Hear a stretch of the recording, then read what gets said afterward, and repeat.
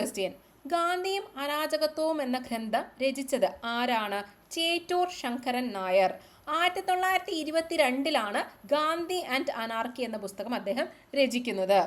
മഹാത്മാഗാന്ധിയുടെ രാഷ്ട്രീയ തത്വചിന്തയെയും രീതികളെയും പ്രത്യേകിച്ച് അദ്ദേഹത്തിൻ്റെ അഹിംസാത്മക ചെറുത്തുനിൽപ്പ് പ്രസ്ഥാനത്തെയും കുറിച്ചുള്ള വിമർശനവുമാണ് ഈ പുസ്തകത്തിൽ ഉള്ളത്. 1897 അമരാവതി സമ്മേളനത്തിൻ്റെ INC പ്രസിഡന്റ് ആയിരുന്നു ചേറ്റൂർ ശങ്കരൻ നായർ. മലയാളിയായ ഏക INC പ്രസിഡന്റ് ആണ് ചേറ്റൂർ ശങ്കരൻ നായർ. അമരാവതി എന്ന് പറയുന്നത് മഹാരാഷ്ട്രയിലെ ഒരു സ്ഥലമാണ് കേട്ടോ. അതുപോലെ തന്നെ ദക്ഷിണേന്ത്യയിൽ നിന്നുള്ള രണ്ടാമത്തെ INC പ്രസിഡന്റുമാണ് ചേറ്റൂർ ശങ്കരൻ നായർ എന്ന് പറയുന്നത്. ഓക്കെ, അപ്പോൾ അത്രയും കാര്യങ്ങൾ ഈ ഒരു ചോദ്യത്തെ ബന്ധപ്പെട്ട് നോക്കി വയ്ക്കുക. അടുത്ത ചോദ്യം. കേരള ചരിത്രത്തിലെ പ്രധാന സംഭവങ്ങളെ കാലഗണന ക്രമത്തിൽ ആക്കുക. ഇത് ഉത്തരം വരുന്നത് ഓപ്ഷൻ സി ആണ്. കുളച്ചൽ യുദ്ധം എന്നാണ് 1741. ആറ്റിങ്ങൽ കലാപം 1721. ശ്രീരംഗപട്ടണം സന്ധി 1792. കുണ്ടറ വിളംബരം 1809. അപ്പം കാലഗണന ക്രമത്തിലാക്കിയാൽ ഓപ്ഷൻ സി ആണ് ശരി ഉത്തരമായിട്ട് വരുന്നത്. ഓക്കെ, ഇനി ചേരുംപടി ചേർക്കാനാണ് ചോദ്യം. ഒന്നാം ലോക മഹായുദ്ധം ഏതാണ്? ത്രികക്ഷി സഖ്യം, ത്രികക്ഷി സൗഹാർദ്ദം. രണ്ടാം ലോക മഹായുദ്ധം അച്ചുതണ്ട് ശക്തികൾ, സഖ്യശക്തികൾ. ഹിറ്റ്ലർ തവിട്ടുകുപ്പായക്കാർ. ബെനിറ്റോ മുസോളിനി കരിങ്കുപ്പായക്കാർ. ഓപ്ഷൻ വരുന്നത് ഓപ്ഷൻ എ ആണ്. ഉത്തരം വരുന്നത് ഓപ്ഷൻ എ ആണ് കേട്ടോ. ഇതുമായിട്ട് ബന്ധപ്പെട്ട കുറച്ച് ചോദ്യങ്ങൾ നമുക്കൊന്ന് നോക്കാം. ഓക്കെ, ഇതിൻ്റെ റിലേറ്റഡ് ഫാക്റ്റ് ആയിട്ട് നമുക്ക് കുറച്ച് ചോദ്യങ്ങളൊന്ന് നോക്കാം. ആദ്യത്തെ ചോദ്യം നോക്കൂ. ഫാഷിസം എന്ന ആശയം രൂപം കൊണ്ട രാജ്യം ഏതാണ്? ഇറ്റലിയാണ് കേട്ടോ. നാസിസം എന്ന ആശയം രൂപം കൊണ്ട രാജ്യം ഏതാണ്? ജർമ്മനിയാണ്. ഇറ്റലിയിൽ ഫാസിസ്റ്റ് ഭരണത്തിന് നേതൃത്വം കൊടുത്തത് ആരാണ്? ബെനിറ്റോ മുസോളിനിയാണ്. ഓക്കെ, അപ്പം ബെനിറ്റോ മുസോളിനിയാണ് ഇറ്റലിയിൽ ഫാസിസ്റ്റ് ഭരണത്തിന് നേതൃത്വം നൽകിയത്. ഫാസിസ്റ്റ് നയങ്ങൾ നടപ്പിലാക്കുന്നതിന് മുസോളിനി രൂപീകരിച്ച സൈനിക വിഭാഗം ഏതാണ്? കരിങ്കുപ്പായക്കാർ അഥവാ ബ്ലാക്ക് ഷർട്ട്സ്. അതാണ് നമ്മളോട് ചോദിച്ചിരിക്കുന്നത്. അപ്പം ഇറ്റലിയിൽ ഫാസിസ്റ്റ് ഭരണത്തിന് നേതൃത്വം കൊടുത്ത മുസോളിനി രൂപീകരിച്ച സൈനിക വിഭാഗമാണ് എന്ത്? കരിങ്കുപ്പായക്കാർ എന്ന് പറയുന്നത്, ബ്ലാക്ക് ഷർട്ട്സ് എന്ന് പറയുന്നത്. ഇങ്ങനെ ഓർത്തിരിക്കാം. IMF എന്നൊന്ന് ഓർത്ത് നോക്ക്. ഇറ്റലി. ഓക്കെ, മുസോളിനി ഫാസിസ്റ്റ് അല്ലേ? ഫാസിസ്റ്റ് നയമുള്ള ആളല്ലേ അദ്ദേഹം എന്ന് പറയുന്നത്. അദ്ദേഹം രൂപീകരിച്ച സൈനിക സഖ്യമാണ് കരിങ്കുപ്പായക്കാർ എന്ന് പറയുന്നത്. ഇനി അടുത്തത്. ജർമ്മനിയിൽ നാസിസ്റ്റ് പാർട്ടിക്ക് നേതൃത്വം നൽകിയത് ആരാണ്? ഹിറ്റ്ലറാണ് കേട്ടോ. അപ്പോൾ ജർമ്മനിയിൽ നാസിസ്റ്റ്, ഇറ്റലിയിൽ ഫാസിസ്റ്റ്. ജൂത കൂട്ടക്കൊലയ്ക്കായി ഹിറ്റ്ലർ ഏർപ്പെടുത്തിയ സൈന്യം അറിയപ്പെടുന്നത് ഏത് പേരിലാണ്? തവിട്ട് കുപ്പായക്കാർ അഥവാ ബ്രൗൺ ഷർട്ട്സ് എന്നാണ്. മറ്റേത് ബ്ലാക്ക് ഷർട്ട്സ് ആണെങ്കിൽ ഇവിടെ എന്താണ്? ബ്രൗൺ ഷർട്ട്സ് ആണ് കേട്ടോ. ജൂത കൂട്ടക്കൊലയ്ക്കായി ഹിറ്റ്ലർ ഏർപ്പെടുത്തിയ രഹസ്യ സംഘം അറിയപ്പെടുന്ന പേര് എന്താണ്? ഗസ്റ്റപ്പോ എന്നാണ് കേട്ടോ, ഗസ്റ്റപ്പോ. ഇനി അടുത്ത ചോദ്യം. ഇതിനകത്ത് നമ്മൾ കണ്ടിട്ടുണ്ടായിരുന്നു രണ്ടാം ലോക മഹായുദ്ധത്തിൽ പങ്കെടുത്ത സഖ്യത്തെക്കുറിച്ച് ചോദിച്ചിട്ടുണ്ട്. അപ്പോൾ അതും കൂടെ ഒന്ന് നോക്കാം. അച്ചുതണ്ട് സഖ്യത്തിൽ അതായത് ആക്സിസ് പവറിൽ ഉൾപ്പെട്ട രാജ്യങ്ങൾ ഏതൊക്കെയാണ്? Germany, Italy, Japan. ഓക്കെ, അപ്പോൾ സെക്കൻഡ് വേൾഡ് വാറിൽ പങ്കെടുത്ത രണ്ട് സഖ്യങ്ങളാണ് അച്ചുതണ്ട് സഖ്യവും അതുപോലെ തന്നെ സഖ്യശക്തികളും. ഈ അച്ചുതണ്ട് സഖ്യത്തിൽ ഉൾപ്പെട്ട രാജ്യങ്ങൾ ഏതൊക്കെയാണെന്ന് ചോദിച്ചാൽ ഏതൊക്കെയാണ്? Germany, Italy, Japan. അടുത്തത്. അച്ചുതണ്ട് ശക്തികൾക്കെതിരെ രൂപീകരിച്ച ഫാസിസ്റ്റ് വിരുദ്ധ സഖ്യം അറിയപ്പെടുന്നത് ഏത് പേരിലാണ്? സഖ്യശക്തികൾ എന്ന പേരിലാണ് കേട്ടോ. അലൈഡ് പവേഴ്സ് എന്ന പേരിലാണ്. സഖ്യശക്തികൾ എന്നറിയപ്പെടുന്നത് ഏതൊക്കെ രാജ്യങ്ങൾ ചേർന്നാണ്? Britain, France, China. പിന്നീട് ഈ സഖ്യത്തിലേക്ക് അമേരിക്കയും റഷ്യയും സോവിയറ്റ് യൂണിയനും ചേരുകയുണ്ടായി. ഓക്കെ, അടുത്ത ചോദ്യമാണ് കേട്ടോ. അപ്പോൾ ആ മൂന്നാമത്തെ ചോദ്യവുമായിട്ട് ബന്ധപ്പെട്ട ഫാക്ട്സ് ക്വസ്റ്റ്യൻസ് ആയിട്ടാണ് നമ്മളിവിടെ പറഞ്ഞത്. ഓക്കെ, ഇനി ഫോർത്ത് ക്വസ്റ്റ്യൻ നോക്കുക. ഇന്ത്യൻ ദേശീയ സമരകാലത്തെ പ്രധാന പത്രങ്ങളും നേതൃത്വം നൽകിയവരുമാണ് കൊടുത്തിരിക്കുന്നത്. അത് നമ്മൾ മാച്ച് ചെയ്യണം. ഓക്കെ, മിറാത്തുൽ അക്ബർ എന്ന പത്രം ആരുടേതാണ്? രാജാറാം മോഹൻ റോയുടേതാണ്. മിറാത്തുൽ അക്ബർ അതുപോലെ തന്നെ സംവാദ് കൗമുദി, ഇത് രണ്ടും ആരുടെ പത്രങ്ങളാണ്? രാജാറാം മോഹൻ റോയുടെ പത്രങ്ങളാണ്. മിറാത്തുൽ അക്ബർ പേർഷ്യൻ ഭാഷയിലും സംവാദ് കൗമുദി ബംഗാളി ഭാഷയിലുമാണ്. ഇനി 2. കേസരി, മറാത്ത എന്നീ പത്രങ്ങൾ ആരുടേതാണ്? ബാലഗംഗാധർ തിലകിൻ്റെതാണ്. ഓക്കെ, ബാലഗംഗാധർ. അപ്പം 1 എന്ന് പറയുന്നത് 4, 2 എന്ന് പറയുന്നത് 1. ഓക്കെ, അപ്പോൾ ഏതായിരിക്കും ഓപ്ഷൻ? ഓപ്ഷൻ ബി ആണ് വരുന്നത്. കോമൺവെൽത്ത് എന്ന് പറയുന്നത് ആരുടേതാണ്? മിസ്സസ് ആനി ബസന്റേതാണ്. യങ് ഇന്ത്യ ആരുടേതാണ്? നമുക്കറിയാം, മഹാത്മാഗാന്ധിയുടേതാണ്. ഓക്കെ, ഇനി അടുത്ത ചോദ്യം നോക്കാം. കുറച്ച് പാർട്ടിയും അത് ഫോം ചെയ്ത ആൾക്കാരുടെ പേരുമാണ് ഇവിടെ ചോദിച്ചിരിക്കുന്നത്. ഇത് നമുക്ക് പെട്ടെന്ന് കിട്ടുന്ന ആരാണ്? ഫോർവേഡ് ബ്ലോക്ക് ആരുടേതാണ്? സുഭാഷ് ചന്ദ്രബോസ്, സംശയമൊന്നുമില്ല. അപ്പം 4, 4 വരുന്നത് ഒരേ ഒരെണ്ണേ ഉള്ളൂ, അതേതാണ്? ഓപ്ഷൻ ഡി ആണ്. ഓക്കെ, അപ്പം നമുക്ക് ബാക്കിയും കൂടെ നോക്കാം. ഇന്ത്യൻ നാഷണൽ ആർമി ആരുടേതാണ്? റാഷ് ബിഹാരി ബോസ് സ്ഥാപിച്ചതാണ്. ഗദ്ദാർ പാർട്ടി ആരുടേതാണ്? Lala Hardayal. Hindustan Socialist Republican Association ആരുടേതാണ്? ഭഗത് സിംഗ്. ഇവർ മാത്രമല്ല, നേതൃത്വത്തിൽ വേറെ ആൾക്കാരുണ്ടായിരുന്നു. അപ്പം മെയിനായിട്ട് ഇവരാണ്. Hindustan Socialist Republican association. ഇതിൻ്റെ പേര് പിന്നീട് മാറ്റിയിട്ട് ഹിന്ദുസ്ഥാൻ റിപ്പബ്ലിക്കൻ അസോസിയേഷൻ എന്നൊക്കെ ആക്കിയിരുന്നു. ഓക്കെ, അടുത്ത 6th ക്വസ്റ്റ്യൻ നോക്കുക. ഇന്ത്യൻ പാർലമെന്റിൽ തുടർച്ചയായി ഏറ്റവും അധികം ബജറ്റ് അവതരിപ്പിച്ച റെക്കോർഡ് ആർക്കാണുള്ളത്? നിർമ്മല സീതാരാമനാണ്. ശ്രദ്ധിക്കണം കേട്ടോ, തുടർച്ചയായിട്ട് ഏറ്റവും കൂടുതൽ അവതരിപ്പിച്ചത് ആരാണെന്ന് ചോദിച്ചാൽ ആരാണ്? നിർമ്മല സീതാരാമനാണ്. ഏറ്റവും കൂടുതൽ ബജറ്റ് അവതരിപ്പിച്ചത് ആരാണെന്ന് ചോദിച്ചാൽ അതാരാണ്? മൊറാർജി ദേശായി ആണ് കേട്ടോ. 10 തവണ അദ്ദേഹം ബജറ്റ് അവതരിപ്പിച്ചിട്ടുണ്ട്, പക്ഷെ അത് തുടർച്ചയായിട്ടല്ല. ഓക്കെ, 1950 തൊട്ട് 63 വരെയുള്ള വർഷങ്ങളിലും പിന്നെ 67 തൊട്ട് 69 വരും. അങ്ങനെയാണ് അദ്ദേഹം 10 വർഷം 10 ബജറ്റ് അവതരിപ്പിക്കുന്നത്. പക്ഷെ നിർമ്മല സീതാരാമന്റെ കേസ് എന്താണ്? തുടർച്ചയായിട്ട് ഏറ്റവും കൂടുതൽ ബജറ്റ് അവതരിപ്പിച്ച ആളാണ് ആര്? നിർമ്മല സീതാരാമൻ. ഓക്കെ, ഇനി രണ്ടാമതായിട്ട് ഏറ്റവും കൂടുതൽ ബജറ്റ് അവതരിപ്പിച്ചത് പി ചിദംബരമാണ്. 9 തവണയാണ് അദ്ദേഹം ബജറ്റ് അവതരിപ്പിച്ചിരിക്കുന്നത്. അതും തുടർച്ചയായിട്ടല്ല, മൊറാർജി ദേശായി പോലെ വിവിധ ഘട്ടങ്ങളിലായിട്ടാണ്. അപ്പോൾ തുടർച്ചയായിട്ട് ഏറ്റവും കൂടുതൽ തവണ ബജറ്റ് അവതരിപ്പിച്ചത് നിർമ്മല സീതാരാമനും, ഏറ്റവും കൂടുതൽ തവണ ബജറ്റ് അവതരിപ്പിച്ചത് മൊറാർജി ദേശായിയും, ഏറ്റവും കൂടുതൽ 2ാം തവണ ഏറ്റവും കൂടുതൽ ബജറ്റ് അവതരിപ്പിച്ചത് പി ചിദംബരവും. ഇതും കൂടി ഒന്ന് നോക്കി വെക്കുക. ഇൻഡിപെൻഡന്റ് ഇന്ത്യയുടെ ആദ്യത്തെ ബജറ്റ് അവതരിപ്പിച്ചത് ആരാണ്? ആർ കെ ഷൺമുഖം ചെട്ടിയാണ്. അതായത് സ്വാതന്ത്ര്യാനന്തരം ആദ്യം ബജറ്റ് അവതരിപ്പിച്ചത് ആരാണെന്ന് ചോദിച്ചാൽ അതാരാണ്? ആർ കെ ഷൺമുഖം ചെട്ടിയാണ്. 26 നവംബർ 1947. അതുപോലെ തന്നെ റിപ്പബ്ലിക് ഇന്ത്യയുടെ ആദ്യത്തെ ബജറ്റ് അവതരിപ്പിച്ചത് ആരാണെന്ന് ചോദിച്ചാൽ ആരാണ്? ജോൺ മത്തായി ആണ് കേട്ടോ. 28 ഫെബ്രുവരി 1950 അദ്ദേഹം ബജറ്റ് അവതരിപ്പിക്കുന്നത്. അടുത്ത ചോദ്യം നോക്കുക. ഉത്തരേന്ത്യൻ സമതലങ്ങളിൽ നിന്നും വീശുന്ന ഉഷ്ണക്കാറ്റാണ് ലൂ. എന്നാൽ മാങ്ങ പഴുക്കുന്നതിനും പൊഴിയുന്നതിനും കാരണമാകുന്ന ഉഷ്ണകാലത്ത് ദക്ഷിണേന്ത്യയിൽ വീശുന്ന പ്രാദേശിക വാദം ഏതാണ്? മാംഗോ ഷവർ ആണ് കേട്ടോ. Mango shower. അതായത് പ്രാദേശിക വാദം എന്ന് പറഞ്ഞാൽ എന്താണ്? ഒരു ചെറിയ പ്രദേശത്ത് മാത്രം വീശുന്ന കാറ്റുകളെയാണ് നമ്മൾ എന്ത് പറയുന്നത്? പ്രാദേശിക വാദം എന്ന് പറയുന്നത്. ചിനൂക്ക്, ഫോൻ, ഹെർമാറ്റൻ എന്നൊക്കെ പറയുന്നത് എന്താണ്? പ്രാദേശിക വാദങ്ങളാണ്. പല പല സ്ഥലത്തായിട്ട് പല പല ഭൂഖണ്ഡങ്ങളിലായിട്ട് വീശുന്ന പ്രാദേശിക വാദങ്ങളാണ്. നോക്കാം, നമ്മുടെ ഫോൻ എന്ന് പറയുന്നത് ഒരു ഉഷ്ണക്കാറ്റാണ്. നമ്മുടെ ഓപ്ഷന് തന്നിരിക്കുന്ന ഫോൻ എന്ന് പറയുന്നത് ഒരു ഉഷ്ണക്കാറ്റാണ്. ഇതൊരു പ്രാദേശിക വാദമാണ്. ഇതെവിടെയാണ് വീശുന്നത്? ആൽപ്സ് പർവ്വതനിരയുടെ വടക്കൻ ചെരുവിൽ വീശുന്ന കാറ്റാണ് ഫോൻ എന്ന് പറയുന്നത്. ഓക്കെ, അതേപോലെ തന്നെ ആൽപ്സ് പർവ്വതനിരയുടെ തെക്കൻ ചെരുവിൽ വീശുന്ന കാറ്റാണ് ഏത്? മിസ്ട്രൽ എന്ന് പറയുന്നത്. ഓക്കെ, ഓപ്ഷനിൽ മിസ്ട്രൽ തന്നിട്ടില്ല, എന്നാലും ഫോനും മിസ്ട്രലും ഏകദേശം ഒരേപോലെ വരുന്നത് കൊണ്ട് പറഞ്ഞതാണ്. എന്താണ്? രണ്ടും ആൽപ്സ് പർവ്വതനിരയിലാണ് വീശുന്നത്. ഫോൻ ആണെങ്കിൽ വടക്കൻ ചെരുവിലും മിസ്ട്രൽ ആണെങ്കിൽ തെക്കൻ ചെരുവിലുമാണ്. ഫോൻ ഉഷ്ണക്കാറ്റും മിസ്ട്രൽ എന്താണ്?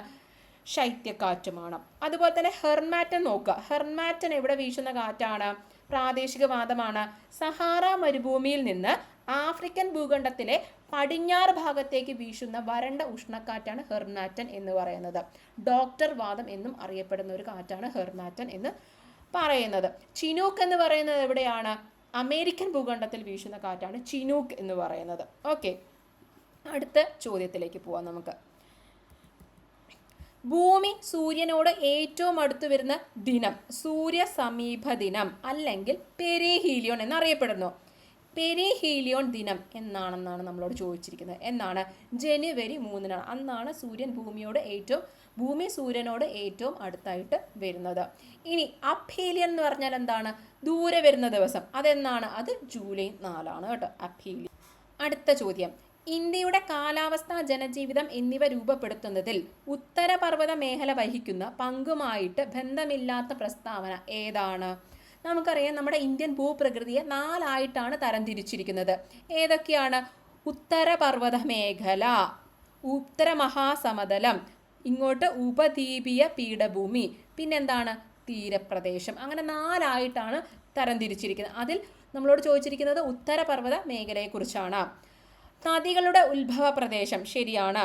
മൺസൂൺ കാറ്റുകളെ തടഞ്ഞു നിർത്തി ഉത്തരേന്ത്യയിലുടനീളം മഴ പെയ്യിക്കുന്നു ശരിയാണ്.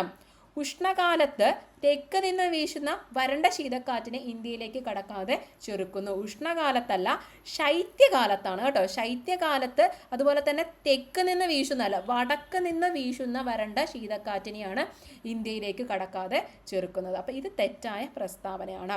ശൈത്യകാലത്ത് വടക്ക് നിന്നും വീശുന്ന വരണ്ട ശീതക്കാറ്റിനെയാണ് ഉത്തരപർവ്വത മേഖല ഇന്ത്യയിലേക്ക് കടക്കാതെ ചെറുക്കുന്നത്. വൈവിധ്യമാർന്ന സസ്യ ജന്തുജാലങ്ങൾ ഉടലെടുക്കുന്നതിന് കാരണമാകുന്നു ഉത്തരപർവ്വത മേഖല. അതും ശരിയായ പ്രസ്താവനയാണ്. അപ്പോൾ തെറ്റായ ബന്ധമില്ലാത്ത പ്രസ്താവന ഏതാണ്? ഓപ്ഷൻ സി ആണ്. അതിന്റെ ശരി ഉത്തരം എന്താണ്? ശൈത്യകാലത്ത് വടക്ക് നിന്നും വീശുന്ന വരണ്ട ശീതക്കാറ്റിനെ ഇന്ത്യയിലേക്ക് കടക്കാതെ ചെറുക്കുന്നു. ഓക്കെ, ഇതിൻ്റെ സോഴ്സ് ചോദിച്ചാൽ ഇത് SCERTയിലെ അതേപോലെ തന്നെ ഉള്ള പോയിന്റ്സ് ആണ്. ഞാൻ കാണിച്ചു തരാതെ നോക്കുക. SCERTയിൽ ഉത്തരമേഖലയുടെ പ്രാധാന്യം എന്ന് പറഞ്ഞു കൊടുത്തിട്ടുണ്ട്. നദികളുടെ ഉത്ഭവ പ്രദേശം, വൈവിധ്യമാർന്ന സസ്യജന്തുജാലങ്ങൾ ഉടലെടുക്കുന്നതിന് കാരണമായി, ശൈത്യകാലത്ത് വടക്ക് നിന്ന് വീശുന്ന വരണ്ട ശീതക്കാറ്റിനെ ഇന്ത്യയിലേക്ക് കടക്കാതെ ചെറുക്കുന്നു, മൺസൂൺ കാറ്റുകളെ തടഞ്ഞു നിർത്തി ഉത്തരേന്ത്യയിലുടനീളം മഴ പെയ്യിക്കുന്നു. അതുപോലെ തന്നെ മറ്റൊരു പോയിന്റും കൂടി ഇവിടെ ഉണ്ട്, ശ്രദ്ധിക്കുക. പുരാതന കാലം മുതൽ തന്നെ വടക്ക് പടിഞ്ഞാറ് നിന്നുള്ള വൈദേശിക അക്രമങ്ങളിൽ നിന്നും ഒരു പരിധിവരെ നമ്മളെ സംരക്ഷിച്ചു പോരുന്നു. ഓക്കെ, അപ്പം ഇത് അതേപോലെ തന്നെ SCERTന്ന് ചോദിച്ചൊരു ചോദ്യമാണ്. ഓക്കെ, അടുത്ത ചോദ്യം നോക്കുക. ഉപദ്വീപീയ പീഠഭൂമിയിലെ പരൽ രൂപ ശിലാപാളിയിലും ഉയരം കുറഞ്ഞ കുന്നുകളിലുമാണ് ധാതു വിഭവങ്ങൾ ഏറെയും കേന്ദ്രീകരിച്ചിരിക്കുന്നത്. ഈ മേഖലയുമായി ബന്ധപ്പെട്ട് തന്നിരിക്കുന്ന പ്രസ്താവനകളിൽ തെറ്റായത് ഏതാണെന്നാണ് നമ്മളോട് ചോദിച്ചിരിക്കുന്നത്. ഓക്കെ, ആദ്യത്തെ നമ്മളിപ്പോൾ പറഞ്ഞു ഏതൊക്കെയാണ് ഭൂപ്രകൃതി ഇന്ത്യയുടേത്? ഉത്തരപർവ്വത മേഖല, ഉത്തരമഹാസമതലം, ഉപദ്വീപീയ പീഠഭൂമി, തീരപ്രദേശം. ആ ഉപദ്വീപീയ പീഠഭൂമിയെക്കുറിച്ചാണ് ഇവിടെ ചോദിച്ചിരിക്കുന്നത്. ഛോട്ടാ നാഗ്പൂർ പ്രദേശം ഇന്ത്യയിലെ ഏറ്റവും സമ്പന്നമായ ധാതു വിഭവ കലവറയാണ് ശരിയാണ്. ധാരാളം ലോഹ അലോഹ ധാതുക്കളാൽ സമൃദ്ധമാണ്. ഉപദ്വീപീയ പീഠഭൂമിയെ വടക്ക് കിഴക്കൻ പീഠഭൂമി പ്രദേശം, മധ്യമേഖല തുടങ്ങി വിവിധ ഭാഗങ്ങളായി തിരിച്ചിരിക്കുന്നു. എക്കൽ വിഷറികളാൽ സമ്പന്നമാണിവിടെ. അത് തെറ്റാണ്. എക്കൽ വിഷറികളാൽ സമ്പന്നമായത് ഉത്തര മഹാസമതലമാണ്, ഉപദ്വീപീയ പീഠഭൂമിയല്ല. അതും SCERTയിൽ നിന്നുള്ള ഒരു ഫാക്റ്റാണ് കേട്ടോ. എക്കൽ വിഷറികൾ അഥവാ അലൂവിയൽ ഫാൻസ് ഏറ്റവും കൂടുതൽ കാണപ്പെടുന്നത് എക്കൽ വിഷറികൾ അഥവാ അലൂവിയൽ ഫാൻസ് എന്ന് പറയുന്ന ഭൂരൂപങ്ങൾ ഏറ്റവും സമ്പന്നമായിട്ട് കാണപ്പെടുന്നത് ബ്രഹ്മപുത്ര സമതലത്തിലാണ്. നമ്മുടെ ഉത്തരേന്ത്യൻ സമതലത്തിൻ്റെ 4 പ്രാദേശിക വിഭാഗങ്ങളാണ് ഈ കൊടുത്തിരിക്കുന്നത്. രാജസ്ഥാൻ സമതലം, പഞ്ചാബ് ഹരിയാന സമതലം, ഗംഗാ സമതലം, ബ്രഹ്മപുത്ര സമതലം. ഈ ബ്രഹ്മപുത്ര സമതലത്തിലാണ് നമ്മുടെ എക്കൽ വിഷറികൾ ഏറ്റവും സമ്പന്നമായിട്ട് കാണപ്പെടുന്നത്. നമുക്ക് നോക്കാം, SCERTയിൽ കൊടുത്തിട്ടുണ്ടത്. അതിനു മുന്നേ നമുക്ക് എക്കൽ എന്താണെന്നൊന്ന് നോക്കാം. നദികൾ ഒഴുക്കിക്കൊണ്ടുവരുന്ന ചെളി, മണൽ, ചരൽ എന്നിവ ഉൾപ്പെടെയുള്ള ശിലാവശിഷ്ടങ്ങളെയാണ് നമ്മൾ എന്ത് പറയുന്നത്? എക്കൽ എന്ന് പറയുന്നത്. ഈ ബ്രഹ്മപുത്ര സമതലത്തിന് താഴെ കൊടുത്തിരിക്കുന്നത് നോക്കൂ. ഈ സമതലം എക്കൽ വിഷറികളാൽ സമ്പന്നമാണ്. അതായത് ഏത് സമതലമാണ്? ബ്രഹ്മപുത്ര സമതലം. ബ്രഹ്മപുത്ര സമതലം എക്കൽ വിഷറികളാൽ സമ്പന്നമാണ്. ഇതാണ് അവിടെ തെറ്റിച്ച് ഉപദ്വീപീയ പീഠഭൂമിയിൽ അവിടെ കൊടുത്തിരിക്കുന്നത്. ഈ സമതലം എക്കൽ വിഷറികളാൽ സമ്പന്നമാണെന്ന് പറഞ്ഞ് തെറ്റി കൊടുത്തിരിക്കുന്നത്. അത് ശരിയായിട്ട് എന്താണ്? ഉത്തരമഹാസമതലത്തിൻ്റെ ഒരു ഭാഗമായ ബ്രഹ്മപുത്ര സമതലത്തിലാണ് എക്കൽ വിഷറികൾ സമ്പന്നമായിട്ട് കാണപ്പെടുന്നത്. ഇനി എക്കൽ വിഷറികൾ എന്താണെന്ന് നമുക്കൊന്ന് നോക്കാം. നദികൾ സമതലത്തിൽ പ്രവേശിക്കുമ്പോൾ ഒഴുക്ക് പെട്ടെന്ന് കുറയുന്നു. ആയതിനാൽ അവ വഹിച്ചു കൊണ്ടുവരുന്ന അവസാദങ്ങൾ അഥവാ എക്കൽ ഒരു വിഷറിയുടെ രൂപത്തിൽ നിക്ഷേപിക്കപ്പെടുകയും ചെയ്യുന്നു. ഇങ്ങനെ രൂപപ്പെടുന്ന ഭൂരൂപങ്ങളെയാണ് നമ്മൾ എന്ത് പറയുന്നത്? എക്കൽ വിഷറികൾ എന്ന് പറയുന്നത്. ക്ലിയർ ആയല്ലോ? അപ്പോൾ അതായിരുന്നു ചോദ്യം. എക്കൽ വിഷറികളുടെ ഒരു പിക്ചറും കൂടെ ഇവിടെ കൊടുത്തിട്ടുണ്ട് കണ്ടോ. വിഷറി പോലെ അത് വന്നേക്കുന്നുണ്ട് ഇവിടെ. അതിനാണ് നമ്മൾ എക്കൽ വിഷറികൾ അഥവാ അലൂവിയൽ ഫാൻസ് എന്ന് പറയുന്നത്. ഓക്കെ, ഇനി അടുത്ത ചോദ്യം. 1986 ഉൾനാടൻ ജലഗതാഗത അതോറിറ്റി രൂപം കൊണ്ട ശേഷം ഇന്ത്യയിൽ 5 ജലപാതകളെ ദേശീയ ജലപാതകളായി പ്രഖ്യാപിച്ചു. ഇതിൽ കൊല്ലം മുതൽ കോട്ടപ്പുറം വരെയുള്ള പശ്ചിമതര കനാൽ അറിയപ്പെടുന്ന പേര് എന്താണ്? റിപ്പീറ്റഡ് ക്വസ്റ്റ്യൻ ആണ്. കൊല്ലം മുതൽ കോട്ടപ്പുറം വരെയുള്ള കൊല്ലം മുതൽ കോഴിക്കോട് വരെയാണ് ദേശീയ ജലപാത 3 എന്ന് പറയുന്നത്. ഇനി നമുക്ക് മറ്റ് പ്രധാനപ്പെട്ട ദേശീയ ജലപാതകളും കൂടെ ഒന്ന് നോക്കിയിട്ട് പോവാം. 1 നാഷണൽ വാട്ടർവേ 1 എവിടെയാണ്? ഗംഗാ നദിയിലാണ് അല്ലേ. കണക്ട് ചെയ്യുന്നത് എന്തിനൊക്കെയാണ്? അലഹബാദിനെയും ഹാൽഡിയനെയാണ് കണക്ട് ചെയ്യുന്നത്. ഇനി നാഷണൽ വാട്ടർവേ 2 എവിടെയാണ്? ബ്രഹ്മപുത്ര സമതലത്തിലാണ്. സാദിയ, ദുബ്രി എന്നീ പ്രദേശങ്ങളെ കണക്ട് ചെയ്യുന്നു. 3 നമ്മൾ പറഞ്ഞു. 4 എവിടെയാണ്? കാക്കിനട, പുതുച്ചേരിയെ കണക്ട് ചെയ്യുന്നു. 8ഉം 9ഉം ശ്രദ്ധിക്കുക, അത് കേരളത്തിലാണ്. ആലപ്പുഴയെ ചങ്ങനാശ്ശേരിയായിട്ട് കണക്ട് ചെയ്യുന്നു 8. ആലപ്പുഴയെ കോട്ടയമായിട്ട് കണക്ട് ചെയ്യുന്നത് ഏതാണ്? 9 ആണ്. അപ്പോൾ 8ഉം 9ഉം ഓർത്തിരിക്കാൻ എളുപ്പമാണ്. 8 ആണെങ്കിൽ ആലപ്പുഴയെ ചങ്ങനാശ്ശേരിയുമായിട്ടും 9 ആണെങ്കിൽ ആലപ്പുഴയെ കോട്ടയമായിട്ട് കണക്ട് ചെയ്യുന്നു. ഇനി നാഷണൽ വാട്ടർവേ 15 ആണോ? കോട്ടയത്തെ വൈക്കമായിട്ട് കണക്ട് ചെയ്യുന്നു. അങ്ങനെ ജസ്റ്റ് നമുക്ക് വേണമെങ്കിൽ ഒന്ന് ഓർത്തിരിക്കാം. ഇനി നാഷണൽ വാട്ടർവേ 13 പൂവാർ, ഇരമേൻ തുറയെ കണക്ട് ചെയ്യുന്നു. ഓക്കെ, അപ്പം 8, 9, 59 ഇത് 3 എന്താണ്? കേരളത്തിലാണ്. 8 ആണെങ്കിൽ ആലപ്പുഴയെ ചങ്ങനാശ്ശേരിയുമായിട്ടും 9 ആണെങ്കിൽ ആലപ്പുഴയെ കോട്ടയമായിട്ടും 59 ആണെങ്കിൽ കോട്ടയത്തെ വൈക്കമായിട്ടും കണക്ട് ചെയ്യുന്നു. മരണാനന്തര ബഹുമതിയായി 2025 പത്മവിഭൂഷൺ നേടിയ മലയാള സാഹിത്യകാരൻ ആരാണ്? MT വാസുദേവൻ നായരാണ്. ഇനി പത്മ പുരസ്കാരത്തെ പറ്റിയുള്ള കുറച്ച് ഇമ്പോർട്ടൻറ്റ് ഫാക്ട്സ് നമുക്കൊന്ന് നോക്കാം. 3 പത്മ പുരസ്കാരങ്ങളാണ് ഉള്ളത്. ഏറ്റവും ഉയർന്ന പത്മവിഭൂഷൺ, പത്മഭൂഷൺ, പത്മശ്രീ അങ്ങനെയാണത് വരുന്നത്. 2025 7 പേർക്കാണ് പത്മവിഭൂഷൺ ലഭിച്ചത്. 19 പേർക്ക് പത്മഭൂഷണം, 113 പേർക്ക് പത്മശ്രീയും ലഭിച്ചു. ഇനി പത്മഭൂഷൺ ലഭിച്ചതിൽ 2 പ്രധാനപ്പെട്ട ആൾക്കാരെ നമ്മൾ ഓർക്കണം. മലയാളിയായ ശ്രീ MT വാസുദേവൻ നായർ മരണാനന്തരമാണ്. സാഹിത്യവും വിദ്യാഭ്യാസവും എന്ന മേഖലയിൽ നിന്നാണ് കേട്ടോ. ഇനി രണ്ടാമതായിട്ട് ഓർത്തിരിക്കേണ്ടത് ജപ്പാൻകാരനായ ഒസാമു സുസുക്കിയാണ്. അദ്ദേഹത്തിനും മരണാനന്തരമാണ്. വ്യാപാരവും വ്യവസായവും എന്ന മേഖലയിൽ നിന്നാണ്. ഇനി നമ്മുടെ 2 മലയാളികൾക്ക് ഇത്തവണ പത്മഭൂഷൺ ലഭിച്ചു. ആരൊക്കെയാണ്?